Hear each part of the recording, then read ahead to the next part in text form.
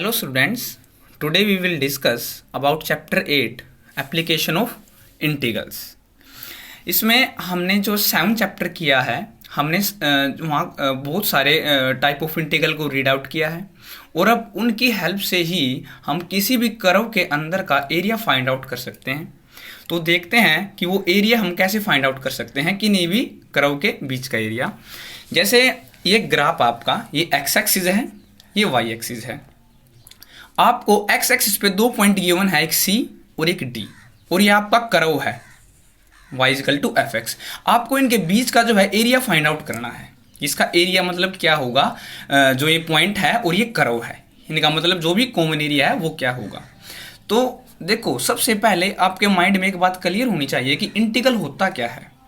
Integral का मतलब होता है डेफिनेट इंटीग्रल। हमने 7 पॉइंट जो 10 एक्सरसाइज की है, 9 की है चैप्टर नंबर 7 में, वहाँ हमने लिमिट का यूज़ किया है कि हम इंटीग्रल को निकालेंगे एक लिमिट की हेल्प से। जैसे हमने ये एरिया निकालना है इसका सी और डी पॉइंट के बीच वाला, जो मतलब कॉमन एरिया है उसको आपने फाइंड आउट करना है।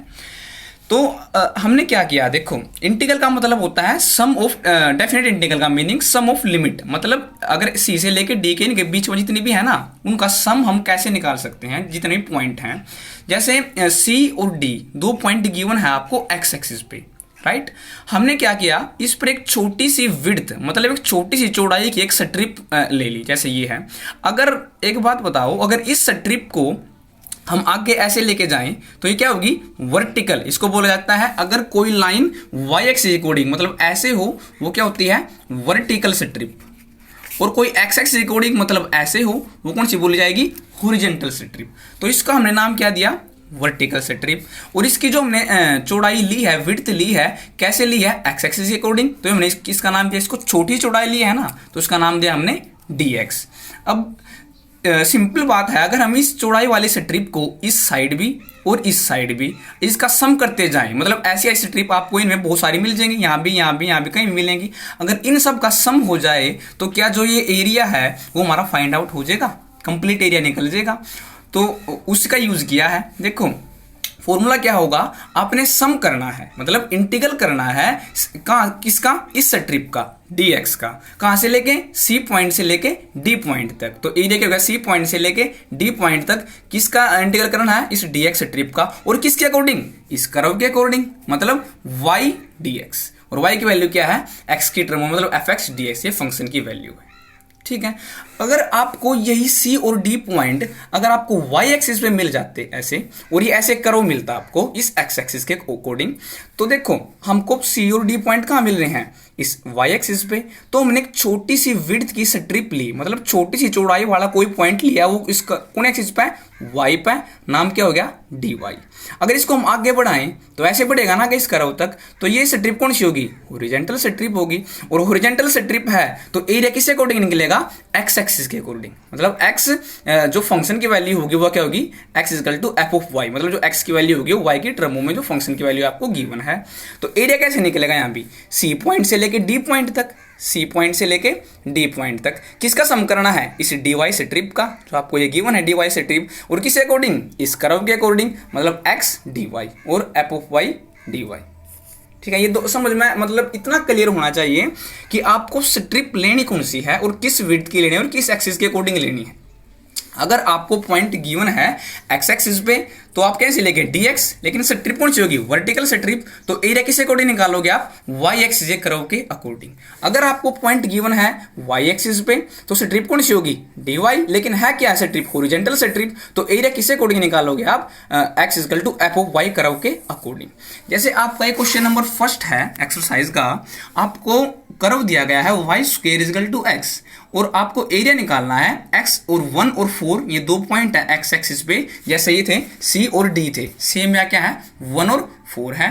तो इनके बीच का एरिया निकालना है, और किसके अकॉर्डिंग, और area x axis in the first quadrant, मतलब आपको x एक्सिस को फर्स्ट क्वाड्रेंट के अंदर ही रखना है, ठीक है।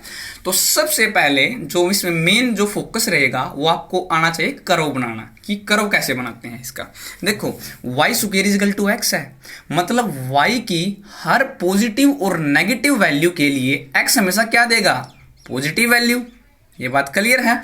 जैसे आपका आपने y को -2 ले लिया, तो -2 इसका स्क्वायर करोगे तो क्या आ गया, 4 आ गया। ये किसकी वैल्यू आएगी, x की, मतलब x की वैल्यू क्या आई, 4 आई। अगर आपने y को 2 ले लिया तब भी x की वैल्यू क्या आई, 4 आई।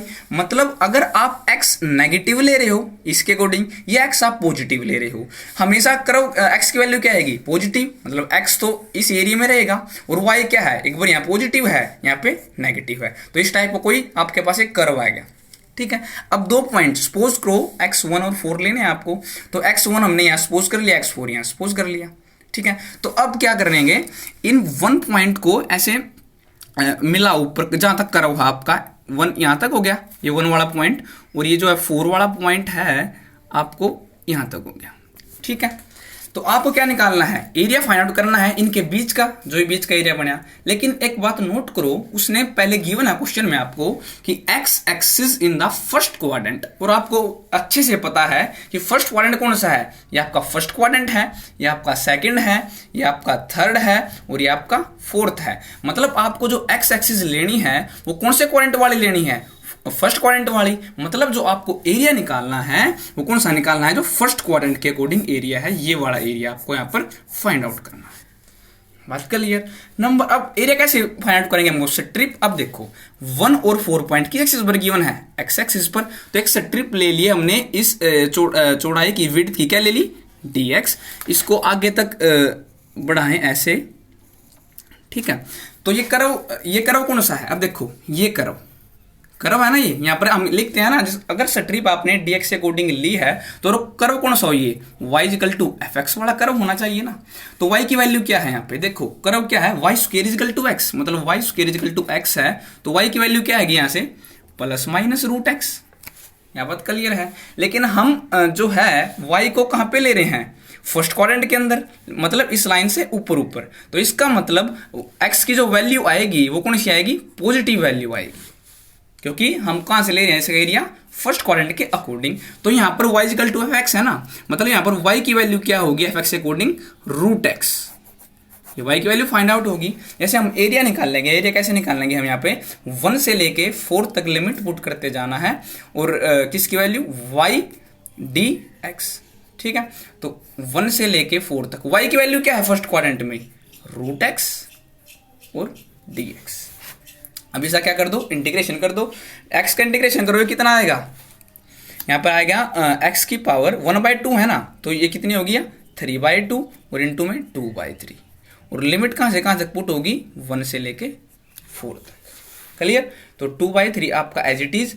एक बार आप x की जगह क्या रखोगे, 4 इसकी पावर 3/2 -1 इसकी पावर 3/2, तो एज इट इज 2/3 आपका एज इट इज।